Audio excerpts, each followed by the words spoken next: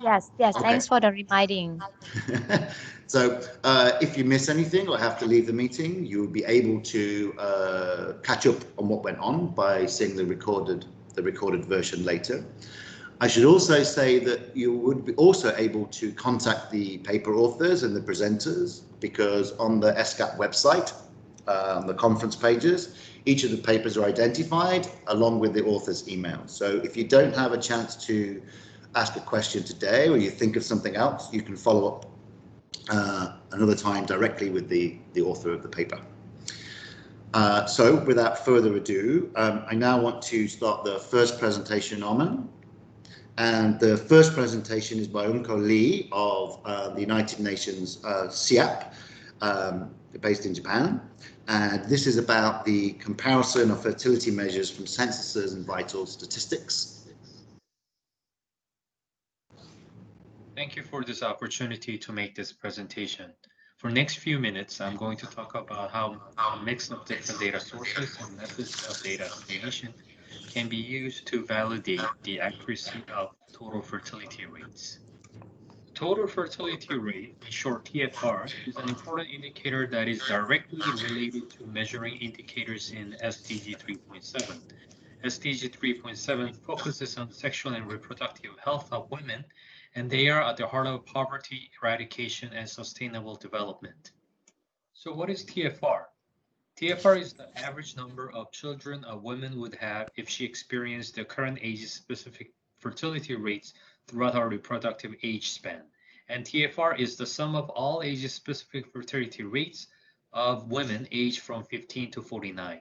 The TFR of Republic of Korea has been rapidly declining, falling down to 0.98 in 2018. This presentation focuses on different data sources and methodology to explore the multidimensional aspects and the plausibility of the current TFR of Korea. As for data sources, for countries with well-functioning CRVS, birth and population data from CRVS is the preferred data source for calculating the TFR. Otherwise, demographic methods are used to estimate the TFR from censuses and household surveys. Despite its usefulness and simplicity in calculation, the TFR fluctuates to changes in timing of childbearing, known as tempo distortions. In addition, TFR includes all women aged 15-49, even those who have not given birth. TFR is what is known as the rates of the second kind. As an illustration, suppose that mean age at childbearing gradually increases with 0.2 years during the year T and T plus 1. In that scenario, the number of births in T and T plus 1 declines from 5 to 4, as shown in the figure, and the TFR will be deflated by 20%. The figure shows that the mean age at childbearing in Republic of Korea has been increasing monotonically from 1993 to 2018. This suggests a gradual delay in childbearing and potential presence of temporal distortions in the current TFR. In order to address this temporary change caused by the timing of birth in the TFR, Baumgart's and Finney's tempo-adjusted TFR is calculated to correct for the temporal distortions in the period TFR. We will also calculate the parity progression ratios, which are rates of the first kind, meaning they only include those who have given birth. They are also insensitive to temporal distortions since they only consider birth order in their calculation. A TFR based on parity progression ratios is estimated from birth order information in the census. This TFR is basically the sum of proportion of women progressing from ith birth to I+1 birth. So in summary, following fertility measures are calculated using two different types of data sources, CRVS and multiple census, and three different estimation methods: Baumgart-Finney's tempo-adjusted TFR, own children methods, and parity progression ratios. The own children method retrospectively matches the child to the mother living in the same household to estimate the TFR.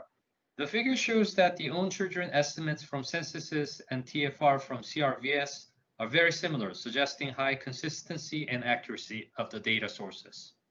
This summary fertility estimates show that tempo-adjusted TFRs are higher than TFRs without tempo consideration, suggesting potential increase in TFRs if the delay of childbearing stops. Also, despite of differences in methodology and sources of data, the TFRs are very similar in trends. This figure shows the parity progression ratios estimated from 2015 census. The proportions of having a first and a second child have been steadily decreasing. It is interesting to note that higher parity birth have been slightly on the rise. In summary, this presentation provides insights in understanding the multi-dimensional aspects of TFR in the context of Korea's urgent need to have accurate TFR for integrating reproductive health into national strategies and health programs. In this presentation, multiple data sources are triangulated to estimate the level and trends of TFR to ensure the consistency of the data sources used and the accuracy of the TFR estimates calculated from different methods are validated. This presentation introduces demographic methods that can be used to estimate the TFR for countries without reliable CRVS. For countries with reliable CRVS, methods presented in the presentation can validate the quality of the CRVS and censuses. Also, tempo-adjusted and rate of first-kind fertility measure can be obtained. As already noted, when possible, a mix of multiple data sources and methods are useful in validating the consistency and accuracy of TFR estimates because a single source of data can be biased. Also, when dealing with period rates, tempo effects need to be addressed and the rates of first kind should be always preferred. For further extension, both the own children method and parity progression ratios can provide TFR disaggregated by education, occupation, and other socioeconomic variables in the census, which is not readily accessible from CRVS. This concludes the presentation. Thank you for listening.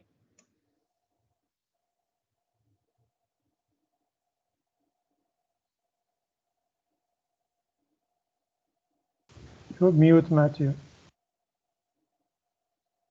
Thank you, Ahmed. That's exactly why you're here, to tell me when I'm doing wrong things. So thank you so much, Junko. That was a very interesting presentation. Really good example of combining multiple data sources to improve aspects of data quality. And I'd be really grateful if you could reflect on any questions you have for Junko when we come to the discussion. It's really important that we have your questions, please. Let's now move on to the second presentation, which is by Gila Saputra of the STIS Indonesia Statistics Polytechnic. And this is about the impact of a partnership agreement between Indonesia and the EU and the impact on the textile industry in Indonesia. Gila Saputra from Polytechnic Statistica of STS. This morning, I will present my research about the impact of Indonesian-European Union Comprehensive Economic Partnership Agreement on Indonesia's textile and textile product export.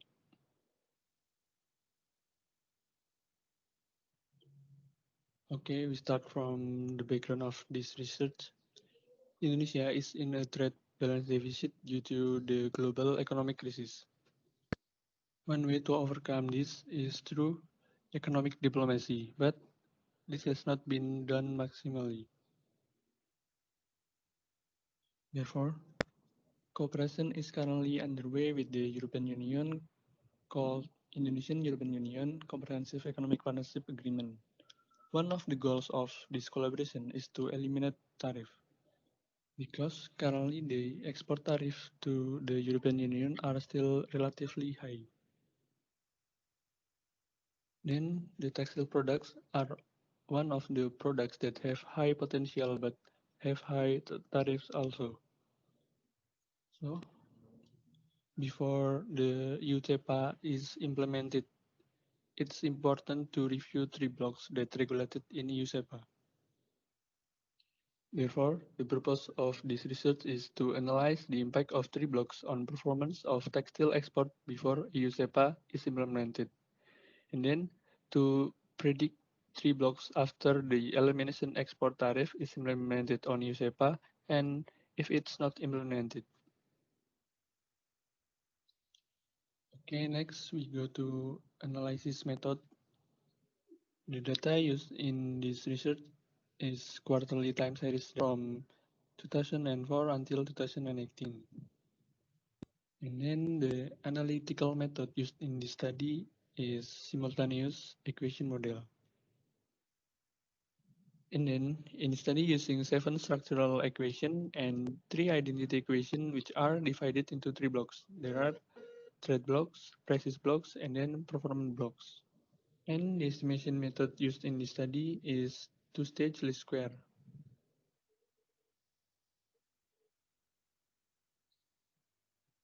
And to find out the impact of EU-CEPA, I use a simulation of removing textile export tariff to the European Union.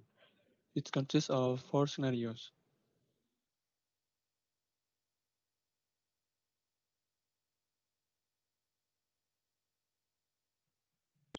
Okay, this is for the specification model.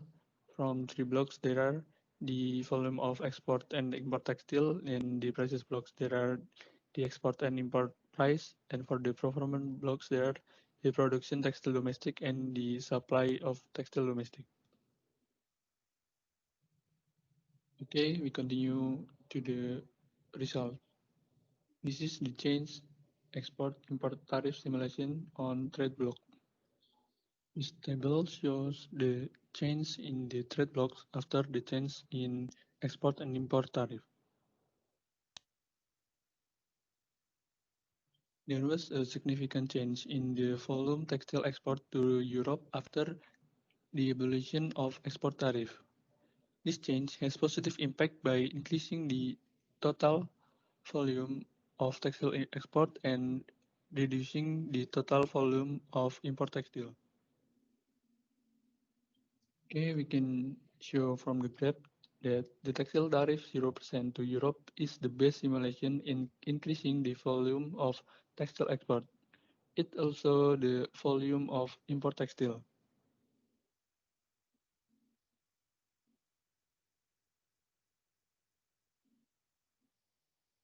Okay, we will also see the magnitude of changes in export-import price after change in tariff export and import.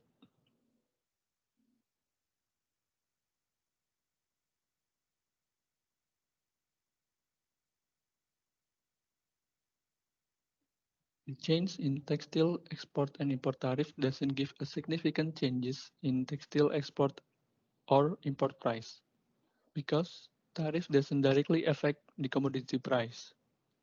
This means that changes in tariff will not affect commodity price.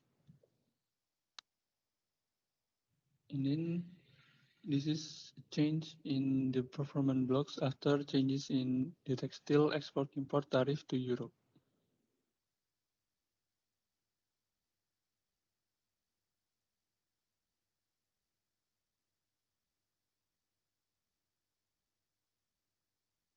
In domestic production, there were no significant changes after the changes in textile export and import. It means that the tariff export and import doesn't impact the production of textile, but changes are seen in decreasing of domestic supply due to increased export and decreased import. Okay, if we look at the overall result, among the 3 blocks, significant change occur in trading blocks. And then, out of the 4 tariff change scenarios, the textile export tariff to Europe 0%, which has the most positive impact on textile export. Okay, we go to the conclusion. The elimination of textile export tariff to Europe could increase the total of textile export volume, and this can help overcome the problem of the trade balance deficit. And if it's not, it will have a negative impact on Indonesian textile export.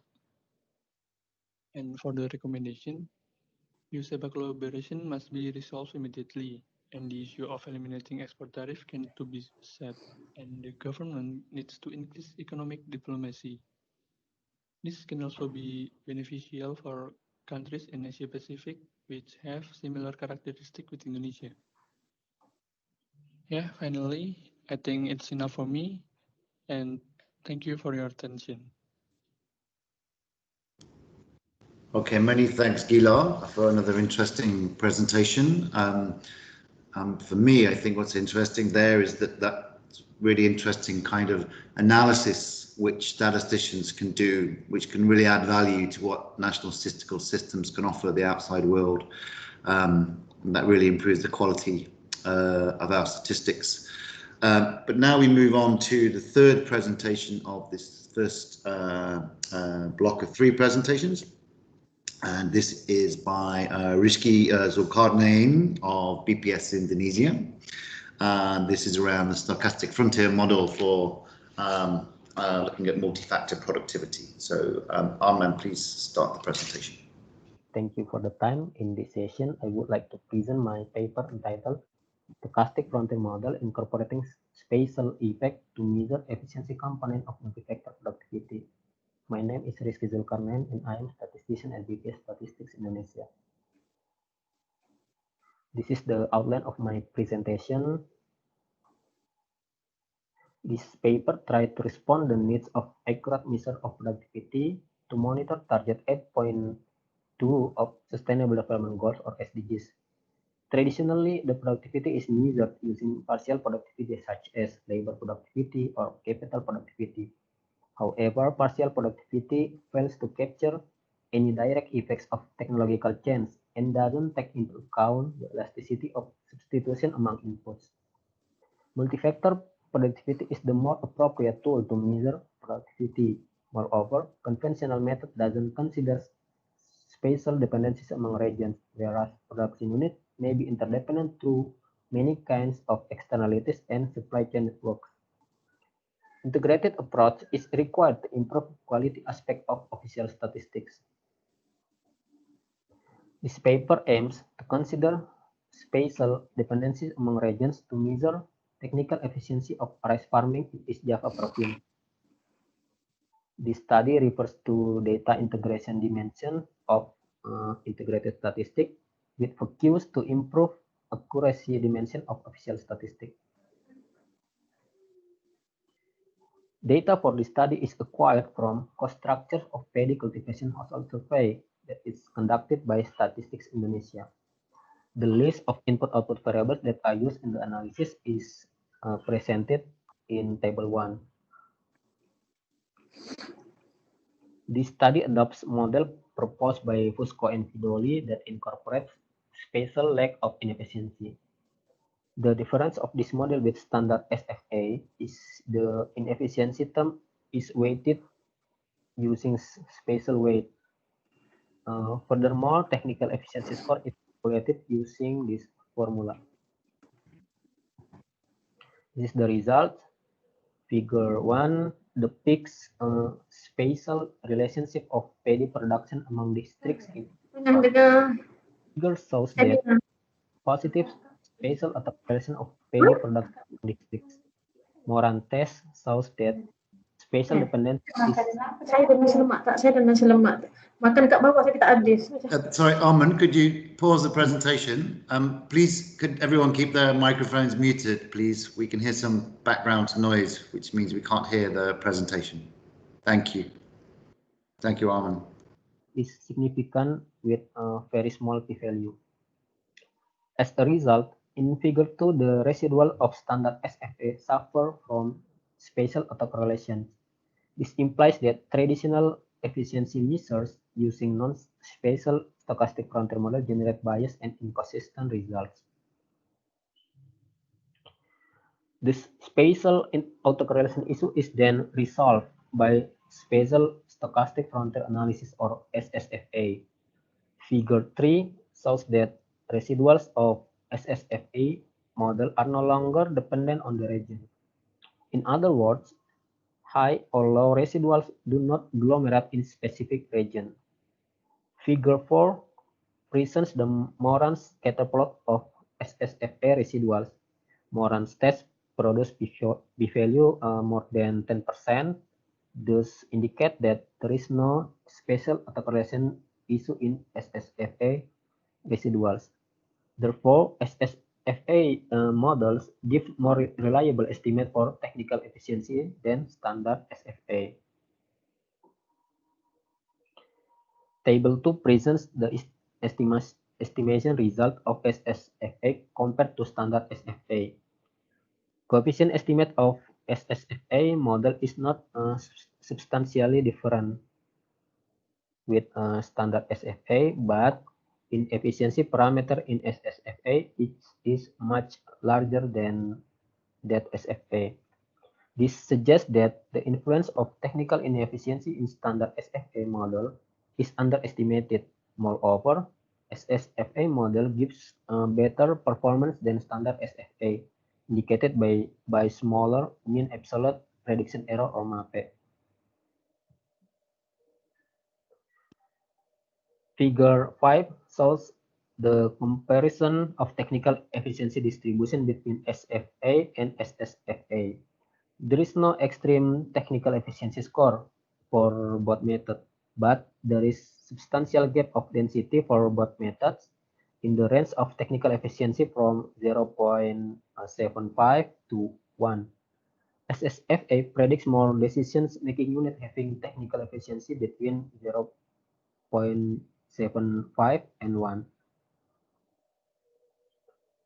Table 3 summarizes the shifting of technical efficiency ranking before and after considering spatial effect. There are 3 districts that experience considerable shifting in the ranking, Kabupaten Banyuwangi, Kabupaten Lamongan, and Kabupaten Bangkalan.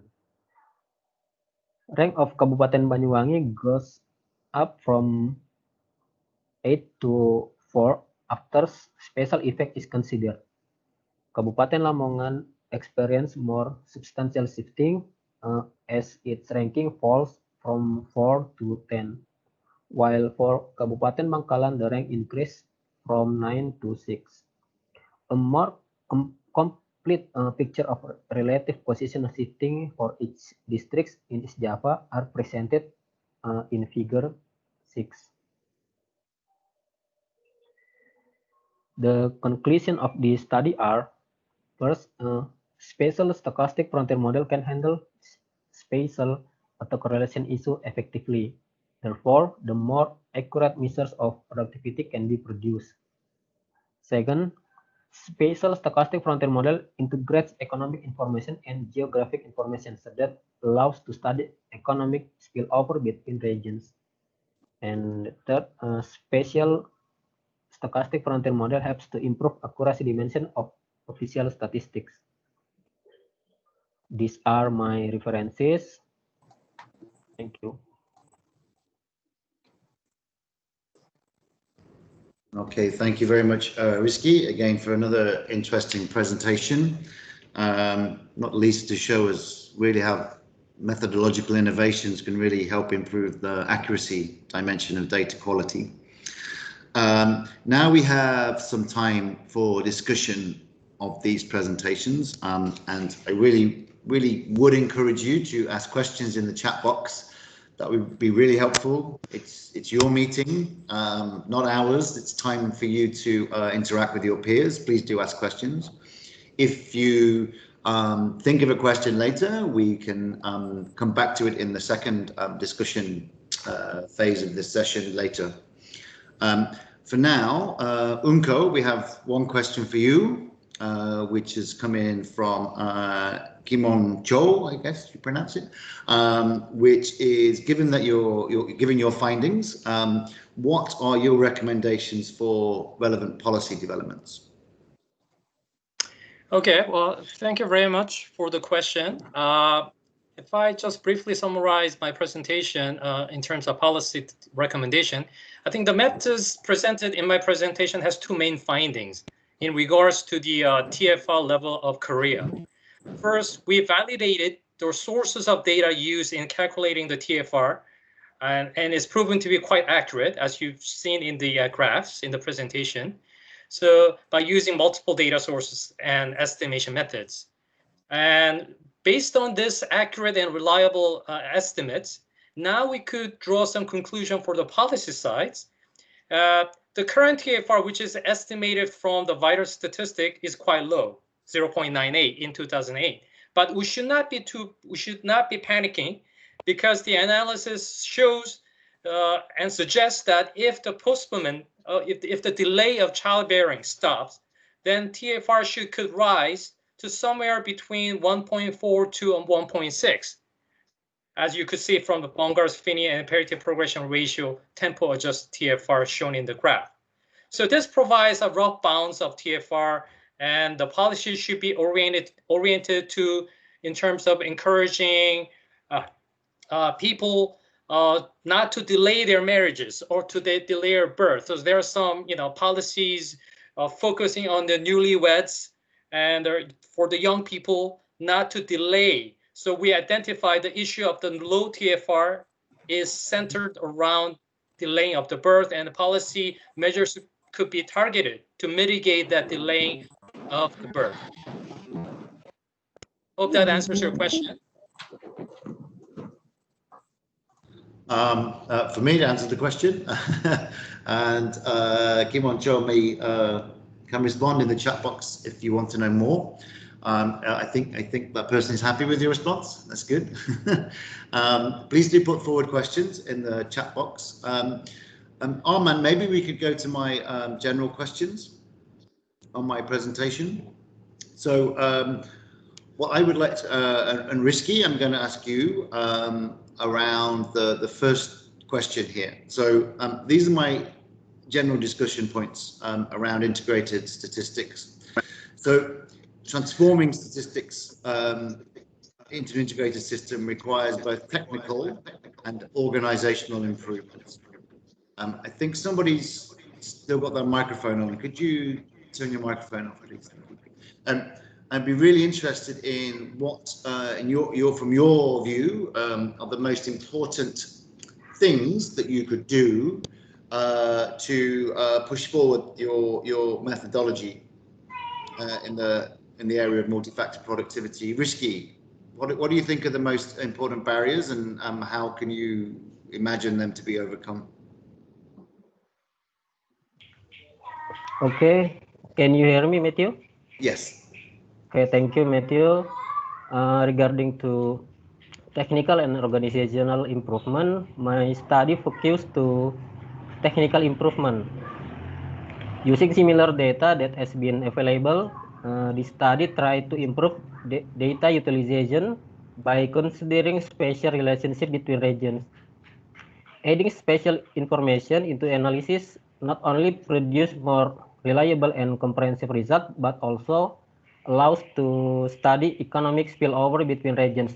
For instance, we can study the economic impact of COVID-19 in Jakarta to productivity of its surrounding areas such as West Java. That's all my answer. Thank you. Okay, thank you so much. Very interesting. What I would like to do now, maybe I can ask Unko about the second question on the slide here. What does the situation with data availability look like? Integrated statistics really benefits from kind of a more open data agenda. And do you imagine big data availability problems in your area of research? Thank you. Thank you very much. Yeah, thank you very much, Matthew, for the question. For the second question, I think to some extent, all data collected from survey, administrative data, and other sources like big data, as you have mentioned, and they're all good, but they're all subject to known biases such as incomplete data, non-representativeness, misclassification, and so on. So this is why we need to encourage better primary data collection. We still do not have enough primary data to build upon. So as I showed in my presentation, this is why we should use and review all available data sources, and we should attempt to reconcile the differences between the data sources and try to get maximum out of it. In doing so, we could be able to validate any inconsistency of data sources and accuracy of the estimates that we have obtained.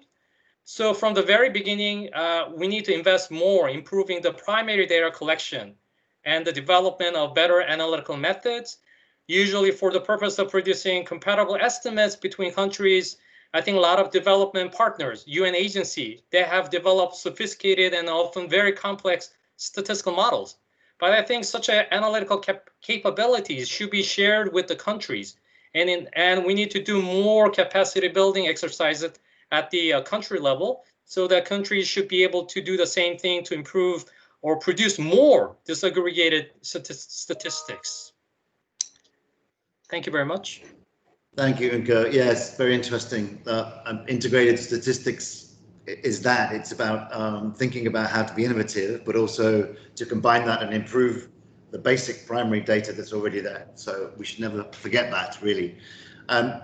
So what I want to do now is maybe we can have a 5-minute break, and we'll come back with 3 more presentations. This means we can have an extended discussion at the end of this session. Great, we've got another question for you, Unko. So I will delay that break because we like questions from the audience. This is from Peter Mfestan. How far is the world now in investing for the improvement of vital statistics? Okay. Thank you very much for that question. The other day I was checking the WHO webpage, because they collect all the data from the countries, and they use some sophisticated methods to make comparable estimates. So they're reviewing all the data reported by the countries, and they're saying that only 1/3 of the countries were providing quality good enough so that they don't need to perform additional methods. So those 1/3 of data are coming usually from the vital statistics. So the other 2/3 actually are not up to the standards of WHO to use them directly. So I think we're very far away from using the good quality, high compatible data coming from the CRVS. And a lot of countries are still relying upon the household surveys to produce their health estimates. So I think we should put a lot of investment. We're still falling behind in terms of using the CRVS. And this is not just focused on statistics, but this has to do with registration, civil registration. There are 2 components to it. So I think it's a very surmountable, very difficult challenges that we're facing in terms of using and the good data coming from the CRVS. So the situation is not looking good. Yes. Okay, thank you for that interesting but slightly depressing answer. But thank you for highlighting that we need to do more in that area. We can now move into a 5-minute break, and let's start again at 10:45 Bangkok time for 3 new presentations. Please do think of questions about the last 3 presentations that we can bring into the discussion for all presenters at near the end of this session. So I will speak to you all again in 5 minutes precisely.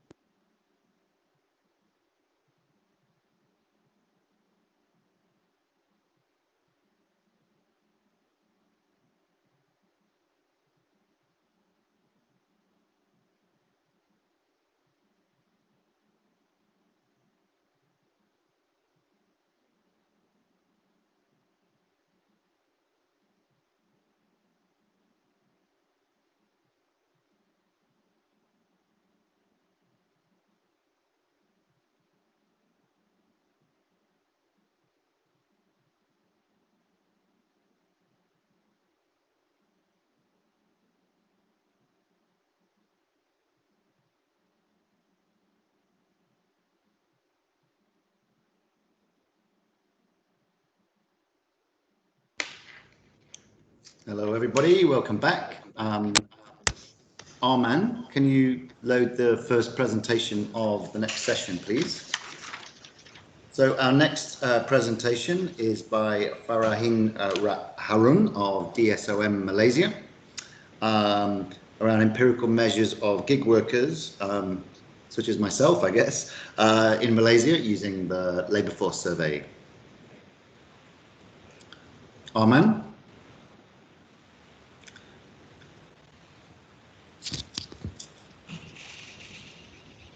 Arman, are you there?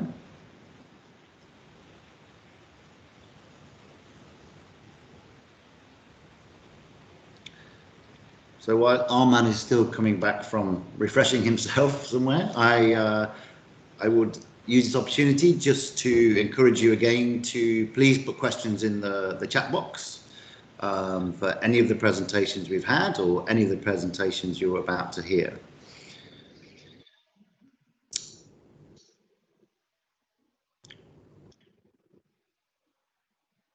Arman, are you there?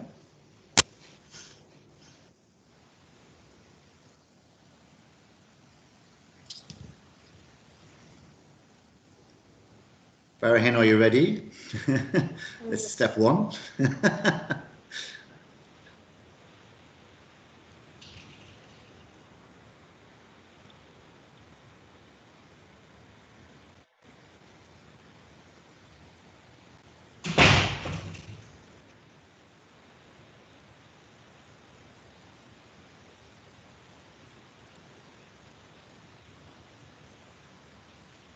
Okay.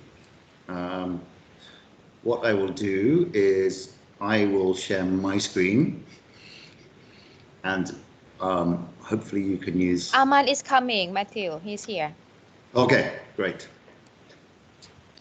So Arman, we're about to start Farahin's presentation, please.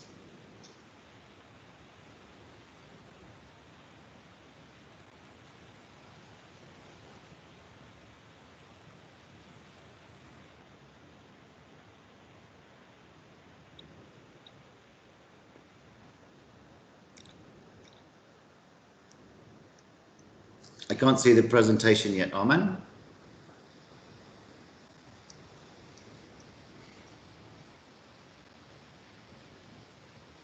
Yes, sorry, I have to stop your slideshow this moment.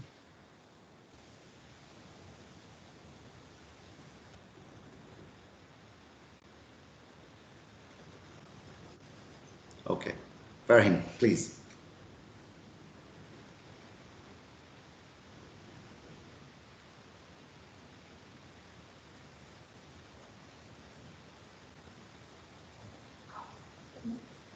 I didn't see the presentation slide.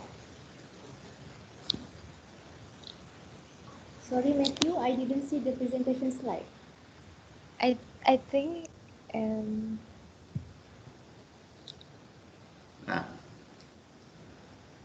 I can see the presentation. Goy, can you see the presentation? it is up now. Yeah, it's up now.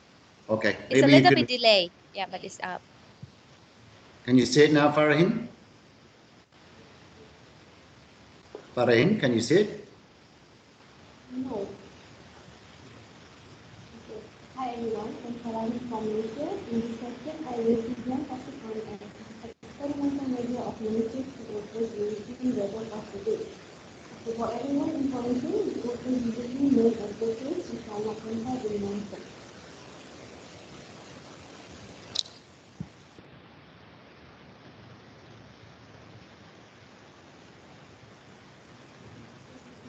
Can you play this slide?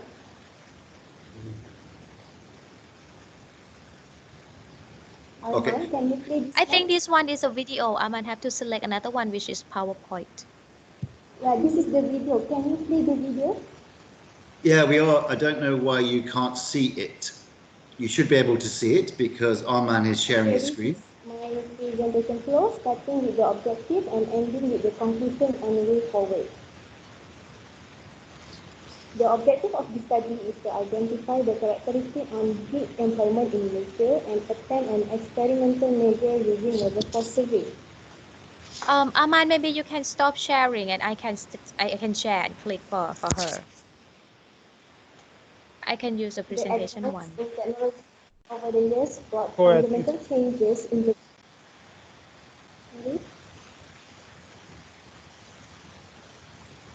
The advance in technology over the years brought fundamental changes in the way and location we work and use the economy platform. This created long-term trends of non-standard work arrangement and create more opportunities in gig employment. The recent widespread of COVID-19 pandemic resulted pay cut and job losses, and people resolved to gig employment as an option. Thus, the rise of gig workers plays important role in employment creation, production, and income generation.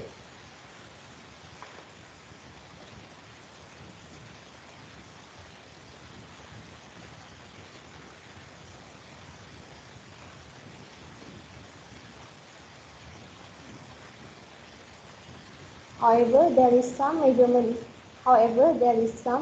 issues in this study. For example, the gaps in terms of concepts and measurement from both primary and secondary data sources. There is also a possibility of underrepresentation of unregistered self-employed who operates informally.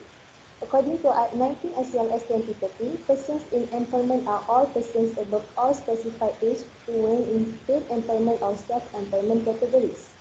Within this framework, IEC 2018 classified status of employment into 10 categories which provide a dichotomy between independent workers and dependent workers. Independent workers are then categorized into employers and independent workers without employees, while dependent workers are dependent contractors, employees, and contributing family workers. In terms of concept and definition, generally, gig economy is related to short-term, project-based, and outcome-defined work. Abraham 2018 defined gig economy as work obtained through an online platform. According to ILO, gig workers are often classified as independent contractors, while BLS defined as those who do not have an implicit or explicit contract for long-term employment. The term of gig work, according to ILO, is often short-term or task-based with higher presence in an online labor platform.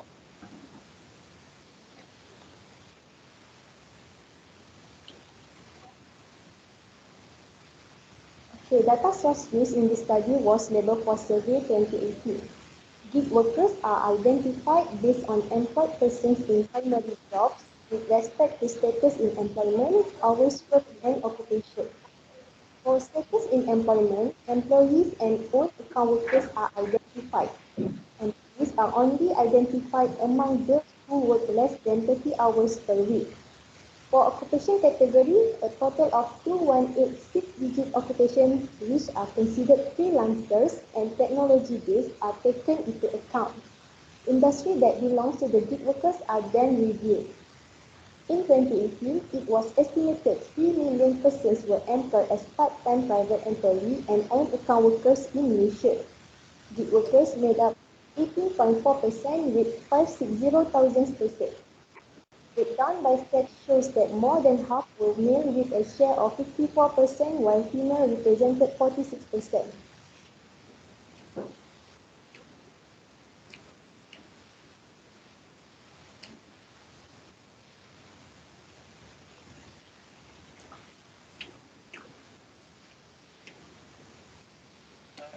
By age group, the highest share was between the age of 25 to 34 years with 37.6%, followed by 24.2% aged 35 to 44 years. In terms of education attainment, half with secondary education made up 282,000 persons. Interestingly, 40.8% of gig workers has tertiary education, according to 9,000 workers. By economic sectors, services recorded the highest percentage share of 97%. Majority are concentrated in wholesale and retail trade activities and transportation and storage activities. Based on this finding, women tend to join the labour market as gig employment as it offers flexible working arrangements. Those aged 25 to 34 years were prevalent as gig workers, since most of them were most likely to have had just completed higher education. Next, people with secondary education prefer to join gig employment as part-time workers to gain extra income. As for those with tertiary education, gig employment offers an alternative way for them to supplement their financials. Furthermore, gig employment is incredibly popular within the wholesale and retail trade and transportation and storage industries, accommodated by technology development. Some people prefer to do this type of job as a second job in order to supplement their income.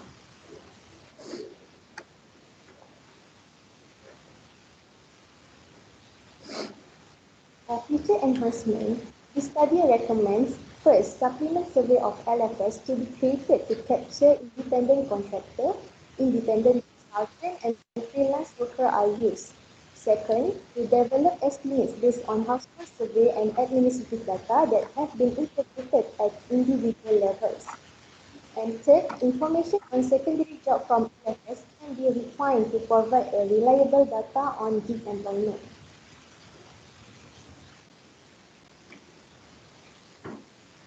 The recommendation of mean rates, Isabel Sin, and Green Rice Loop can also be adopted where measures of gig workers ideally would be multi-facet and easy to aggregate or disaggregate to address a broad array of applications.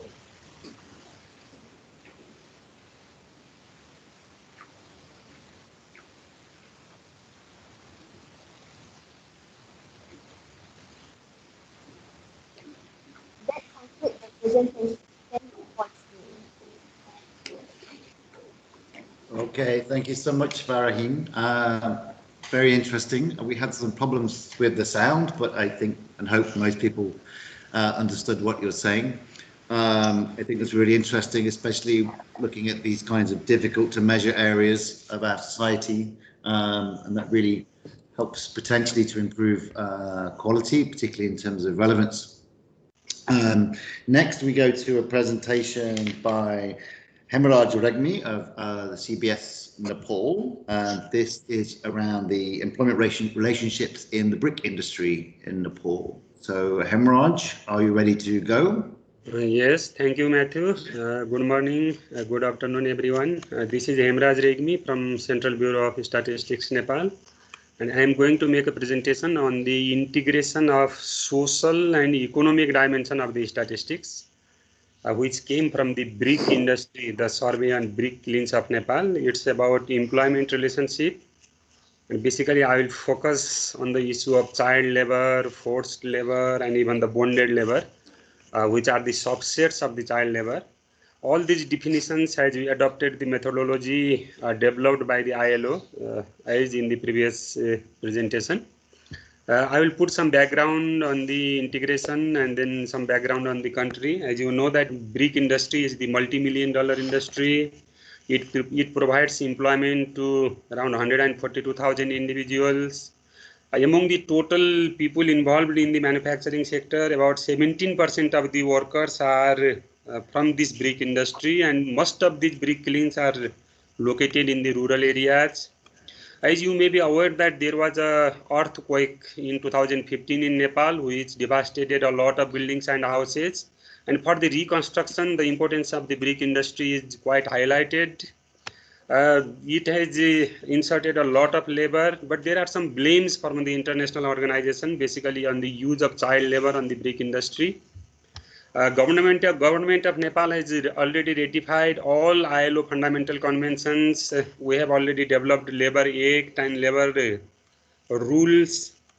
We are fully embraced with the Sustainable Development Goals, and my presentation will basically focus on the target 8.7 of this SDG. This study employs mixed methods, quantitative as well as qualitative methods, and then maybe the frame came from the Nepal Economic Census, which was conducted in 2018 by CBS, and two-stage stratified cluster sampling approach was used. The sample size was around 4,000, just a little bit more than 4,000, which was determined by the ILO IPEC interactive tool. About 300 brick kilns among more than 1,000 brick kilns were collected, and even we conducted some qualitative analysis like focus group discussion and key informant interview. You can see the table. Even there is a significant amount of Indian laborers working on brick industry in Nepal. about 40% of the Indian workers are working, and even 20% of the female. Here we can see the employment opportunity in the brick industry in Nepal. These two figures present the age group of the people working in the brick industry, where the majority of the people belong to 15 to 50, 55 years. And you can see the number of hours worked per day. Even some laborers has worked around more than 12 hours, but the majority of the people, they have worked around 8 hours per day. All these definitions, like the term child labor, they have been adopted from the ILO conventions, like ILO minimum age convention, the Rust form of child labor convention, as well as their respective supplementary recommendations. By using this definition, the child labor in brick industry in Nepal is around 9%. Here are some breakdown of the child labor. We can see that children are involved in hazardous work activities. They are around 8%. And even there are some category of the people according to their age group, like 5 to 11, around 2% of the people, 12 to 14, and even 15 to 17 years. Here is the breakdown of the age category of the people working in the brick industry, basically for the child labor from 5 to 17, which are below 18 years. And then we can see the child labor percentage among the total child, around 89% are the child labor. We can see about 15,000 people are child labor with us. Now I am going to present a little bit about the forced labor. We know that forced labor is a new concept, like it is considered being employed as forced if she has worked under some voluntary as well as some menace of any penalty. The people who are sufficient to follow these conditions are very less, that around 26 people in 10,000 workers are the forced labor. And if we compare it with the recent Nepal Labor Force Survey, which was conducted by CBS in 2018, it is around double, about 2 times higher, because it was around 12 workers per 10,000 in 2018. Again, we know that bonded labor, which is the subset of the forced labor, there are some criteria like how a labor can become a bonded labor. This criteria has already been listed. They have to take some advance payment. They don't have some written clarification, etc. And then we can see that there are few bonded labor also in the brick industry in Nepal. These are the 2 criteria. About 34% of the workers did not have written agreement. They are like gig workers in Malaysia.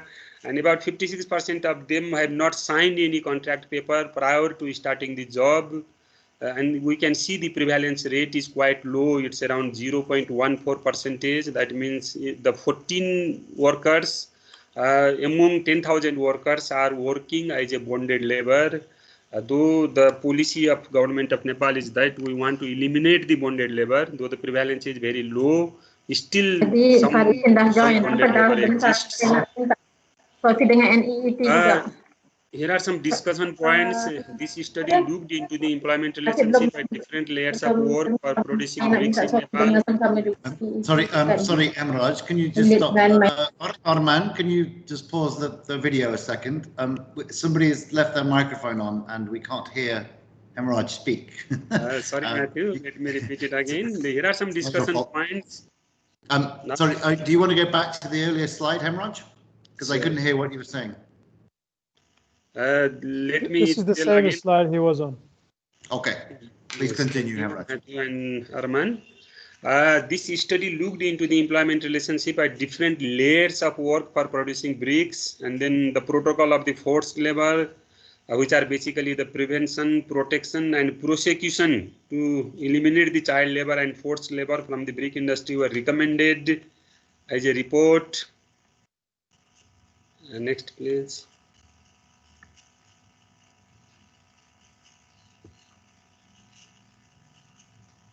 Overall, the elimination of the child labor and forced labor from the brick industry requires collective efforts from all the concerned stakeholders, including donor community, trade unions, brick kiln industry. The root cause of the child labor and forced labor should be addressed by the government through establishing a coherent policy, legal and regulatory framework. If a child has not been admitted to school, if we have a very good recording system, then we can find out that he may be working as a child labor. That's why a labor registration certificate should have to be given to eligible workers. And then government, the concerned stakeholders should have to organize awareness campaign to eliminate the child labor, bonded labor, and forced labor from Nepal. Thank you very much. Thank you so much, Hemraj, and thank you for covering a lot of detail in a short amount of time. It's very interesting. And now we're going to go to Shafiq Harun of DSOM Malaysia, who's going to look at some research into NEET, or Youth Not in Employment Educational Training. Shafiq. Okay, thank you, Matthew. Okay, good morning, everyone. My name is Muhammad Shafiq Harun from Department of Statistics Malaysia. So I am here today to present about the determinants of Malaysian youth not in employment, education or training. So this is my presentation outline, starting with introduction of our study and ending with the conclusion and recommendation.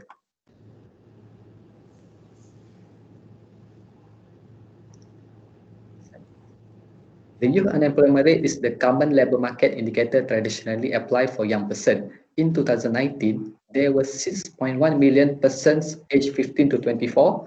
Only 41% is unemployment. Unemployment rate for aged 15 to 24 touched 11.8% with 296,000 in numbers.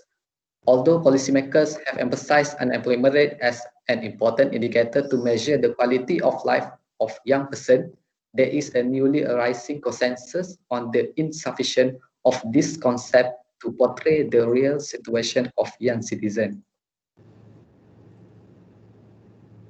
Fundamentally, the unemployment rate does not capture the situation of the young population. It can be inflated by those who are outside the labor force, such as youth who are choose to go back into education or decide to not look for a job anymore because they believe no work for them. In both cases, they become outside labor force and cannot be classified as unemployed. Thus, to tackle this issue, policymakers have developed an alternative measure to capture the youth who is not in employment, education, or training, or we call as NEET population.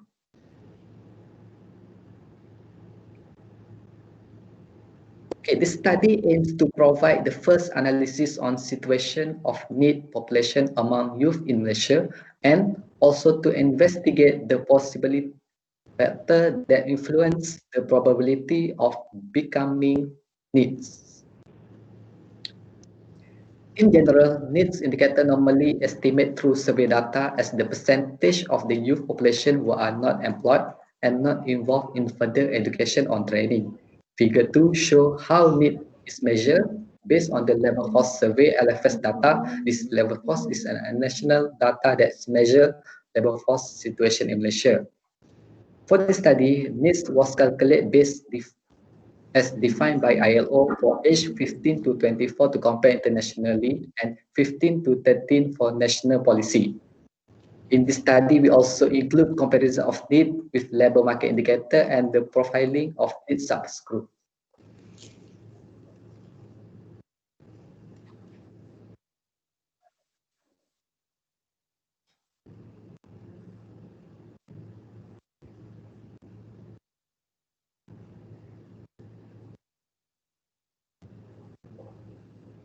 Malaysian NEET rate 13.6% for age 15 to 24, while for age 15 to 13 is 14%. This means that 14 out of 100 youth are in NEET population. Breakdown by gender, female youth record higher rate compared than male youth as shaded in blue. Overall, female youth constitute more than 65% of NEET population.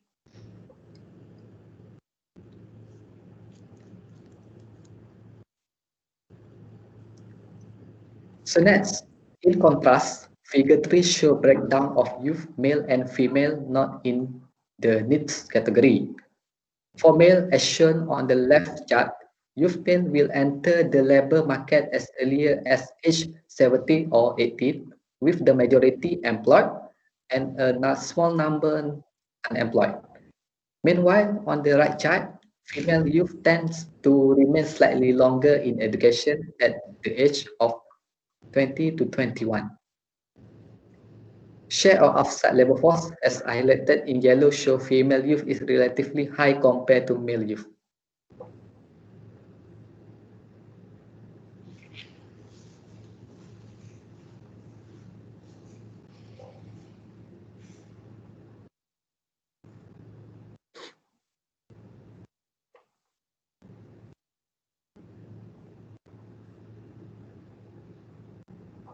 By education attainment, 2/3 of youth only attend secondary education or below. Besides, the share of youth with tertiary education is more than 13%. It was observed that the lower the education level, the higher needs rate. Comparison by gender, the needs rate female youth is higher for all education compared to male youth. For this study, reason of youth need was largely due to taking care of family and unemployed. Breakdown by gender, the reason of needs among male youth was mostly due to the unemployment, while for female youth, due to taking care of their family. For your information, this study is the first analysis regarding needs population. It emphasized that youth not in employment, education, or training is serious matter. In addition, youth vulnerability expand well beyond the issue of unemployment. To conclude, demographic characteristics that influence youth need are gender, education attainment, and age. Thus, these characteristics are the possible factors that determine the future of youth in Malaysia. For recommendation, first, further multivariate analysis should be conducted to further confirm and get insight into the factors that influence youth needs. Second, developing more qualitative, effective labor market relevant as well as balanced education and training system are essential to tackle the issue at source. Lastly, reintegration and satisfaction measures are also necessary to ensure the social inclusion of needs. With that, conclude my presentation. Thank you for listening to my presentation. Thank you. Thank you so much, Shafiq. Terima kasih. That's another very interesting presentation. We now have time to discuss these presentations, and we've already had some questions come into the chat box. And I will ask those questions now, but please, if you're in the audience, please add to those questions. We would really appreciate that. The authors would really appreciate your interest in what they're doing. So firstly, Farahin, I would like to ask you, Farahin, can you hear me? Yeah, hi. We have a question for you from Jan Blair Salinas in the Philippines, and he would, or she, sorry, would like to share some of the challenges and difficulties that you encountered in your study. What were your main challenges?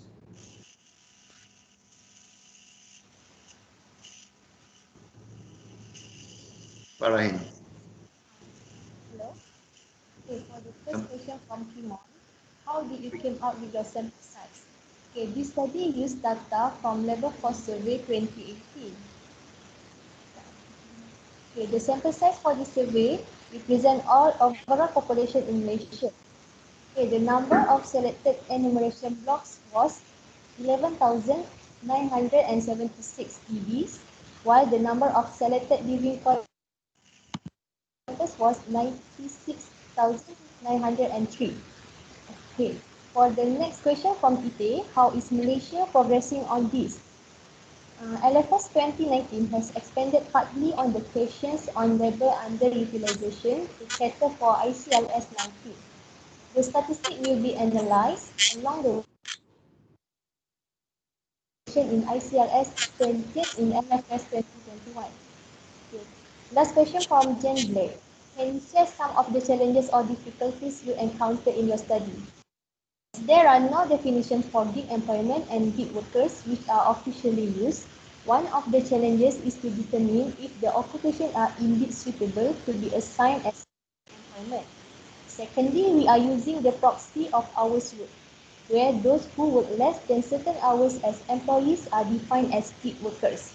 This may not be further refined along the way. Thank you. Thank you, Farahim. Could you mute your microphone again, please?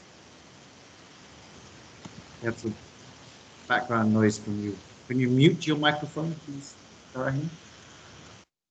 Thank you. Mr. Hemraj, could I turn to you now to answer the question which was put forward around how you came up with your number of respondents in your quantitative phase and your qualitative phase, and what were the results of your qualitative analysis? Thank you very much, Irvin, for your great question. As in my presentation, I explained that we used both qualitative as well as quantitative method to select the respondents, to identify the forced labor as well as bonded labor. Basically, the sample size was determined by using the quantitative technique. And then when we went to the selected brick lanes, around 300 brick lanes, then we interviewed the households living inside the brick lane or dependent on those brick lanes, even they may be residing outside the brick lanes. Then if we found that there are some child labor, then we counted them according to the methodology developed by ILO. And then as I mentioned in my presentation that there are two more criteria. One was the forced labor criteria and the other one was the bonded labor criteria. These two criteria are very difficult to measure quantitatively. That's why we developed some indicators, some key questions depending on the guidelines by the ILO. And then we did some key informant interview. We did some focus group discussion with the trade unions. We did some focus group discussion with the employers. Even we did some focus group discussion with the workers themselves. And then there were some conditions like to be a forced labor, there should be some involuntariness. Like, did you work more than 12 hours per day, and even you have to come on call work without compensation. These are the criteria to be the forced labor. And even threat and menace of any penalty, like threats of violence or actual violence against me, my family or relatives. If the respondents have responded this type of responses in the group work, in the key informant interview, then we selected them as the forced labor. We again verified them as a forced labor, and same applied for the bonded labor as well. Because to be a bonded labor, the first condition was, did you take some loan from the employer? And then have you paid any other costs to obtain the job? These were the criteria. The second condition was, you didn't understood the terms and conditions of your employment, didn't have written agreement to the plan of reimbursement, or haven't signed any contract prior to starting the job. Sorry, Hemraj, we have some background noise, so we can't hear you. Can everybody please mute their microphones so we can hear what Hemraj has to say? Please, thank you. Just go back a little bit, Hemraj. Yes, thank you. Back to the main issue was to identify the forced labor as well as bonded labor.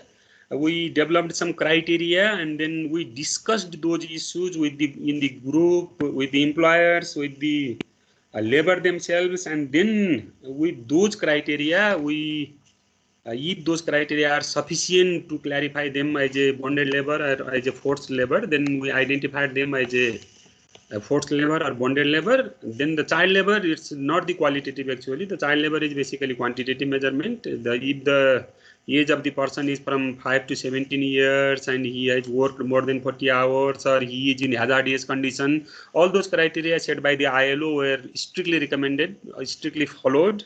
And then for forced labor and bonded labor, we used qualitative technique to identify them from the brick industry.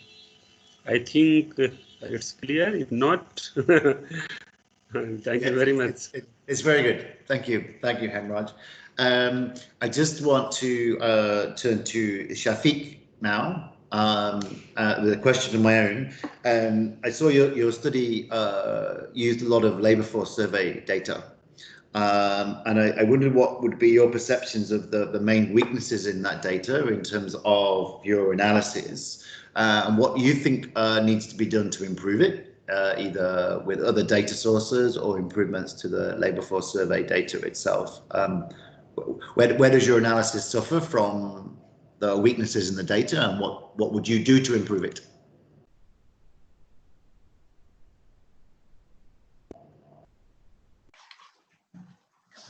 Okay, thanks, Matthew. I think to improve the challenges in do the needs analysis, how to make people to trust the data. Technically, this is an analysis issue, but to correct it should be considered before collecting our data. So, my recommendation, we should take every effort to set up appropriate measure in the labor force before data collection, and then to follow the protocol and also procedure and methodology during and after we collect the data. Thank you. Okay, thank you. At this stage, we don't have any more questions coming in from the audience. Maybe, Arman, you could go back to the general discussion points, if you could share your screen. And what I will do is I'm going to ask each of the presenters to say something very quickly about anything they want to say around these 2 points in terms of their presentations. So the first point, I've asked a couple of people this already, was around the biggest improvements, the most important things which could happen in your statistical system or the statistical system to which your research is relevant, that will really help push your agenda forward.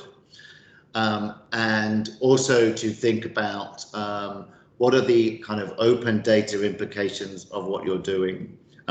What are the main barriers to overcoming the release of your data and the reuse of your data? And I'm going to turn to Gilar first, because we haven't heard from you much. You had some connection problems. So Gilar, can you hear me? Yeah, Matthew. Yeah. I hear your voice. Yeah. So, I mean, these 2 questions are around what do you think are the barriers? What needs to happen to really help your research be pushed forward? About the barriers of my method. Yeah. Okay. I think the main barriers in my method is to integrating data from the different source. Is the different concept and definition used in the various of resources. So the data has been collected cannot be directly processed. It takes the process to equalize the concept first. Mm-hmm. Then in my research, I collect data from from different resources and including sources from the other countries. So there are some different concepts, and the statistical or integrated statistic is need in here. This need to standardize the concept and the definition, and for the implementation in cooperation between the countries, studies are also needed the required data from the other countries. So with the integrated statistic can produce higher quality, and the result can be used for considering in policy making. Yeah, thank you. Yeah, thank you. That's really interesting, and that's a key point about making sure that what we do links into policy making, really reflects user needs. But Hemraj, maybe I can come back to you. There's a related thought in my mind that you've got some very interesting analysis there, and I wondered how much traction has your research got with government? with policymakers. Are you getting your results listened to, or what do you think needs to happen for the official statisticians to really make sure that this kind of research has an impact? How does it look like in Nepal? Thank you very much, Matthew, and then greetings to everyone. Let me talk a little bit about the perspective of the the requirement for the policymakers. In a country like Nepal, you know that the resources are always a constraint, because these censuses and surveys are quite expensive, and then everyone needs data in this changing context. Even if I have to talk about Nepal, we have recently gone into the federal structure with 7 provinces and 753 municipalities, and every level of the government are requesting for the data. Even I assume that there is one more presentation on the data federalism in Nepal by some development partners. Then the surveys has become quite expensive. That's the main concern of the government, main concern of the agencies. And then the integration is the good way to tackle with this issue. And then the integration issues that you have already highlighted, that we can integrate on themes, we can integrate on the surveys, we can integrate on the dimensions. That's why in economic censuses, economic surveys, we have tried to include some social characteristics, like social characteristics of the lower labor, working on the brick kiln industry. In the population census, we are including few questions on the agriculture and livestock, so that we can have an idea, even that can be used for frames in the future. And same happens for other household surveys as well, because we can't afford the single standalone survey for each theme, for each SDG indicator, or even for each SDG target. That's why the integrated surveys, integrated censuses, integrated study, that is the main theme that we are following. And then my research, my paper also focuses on that issue, basically integrating economic issues, integrating social issues on economic survey, because brick kiln survey is basically the economic survey, though I didn't presented all other issues like income, expenses, environmental situation in the brick industries. Those all informations have also been collected, but basically I focused on the social concern, even the labor concern, even the child labor concern, the forced labor, bonded labor, which the government plans to eliminate from all sectors of the economy. And this is, I think this is a very good example of the integration among the surveys, among the themes, and even among the data. Yeah. Okay, thanks, Hemraj. So a key thing is to understand that data integration really potentially helps connect with users and policymakers, and it's part of that process. And maybe Shafiq, I could turn to you, because your research there is really policy relevant, and I just wondered if you could reflect on any challenges that you think are there in terms of getting this analysis to have an impact on policymakers. How well connected is what you're doing to what users need, and what is it you think needs to happen to get those users to listen to this more, to understand that what you're doing is relevant?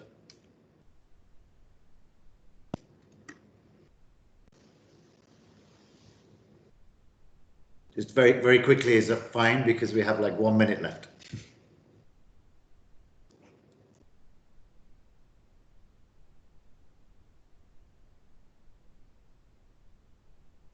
Can you hear me, Shafiq?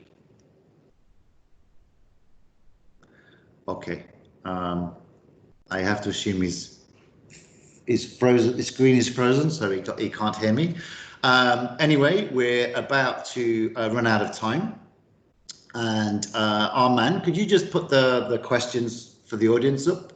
So I want to remind you that there is an evaluation page which has been shared in the chat box by Goy under the name Wanapon Sridama. There is also, we're going to make available the PowerPoints, etc. But if you could, before leaving this meeting, please try to answer these 2 questions that you and ESCAP would like you to input into the final analysis of the sessions relevant to integrated statistics. And without going over my time limit, I really like to thank the presenters today. They had excellent papers and really good presentations. And there were some good questions from the audience, so I thank you. I hope everybody enjoyed the session. And without the ability for Microsoft Teams to do applause, I just have to applaud. I have to applaud like this. So thank you, everybody, and thank you for your time. Thank you, Matthew. Thank you. Thank you. Thank you very much. Thank you, everyone. Thank you so much. Well done. Great job, guys. Great job. Thank you, Matthew.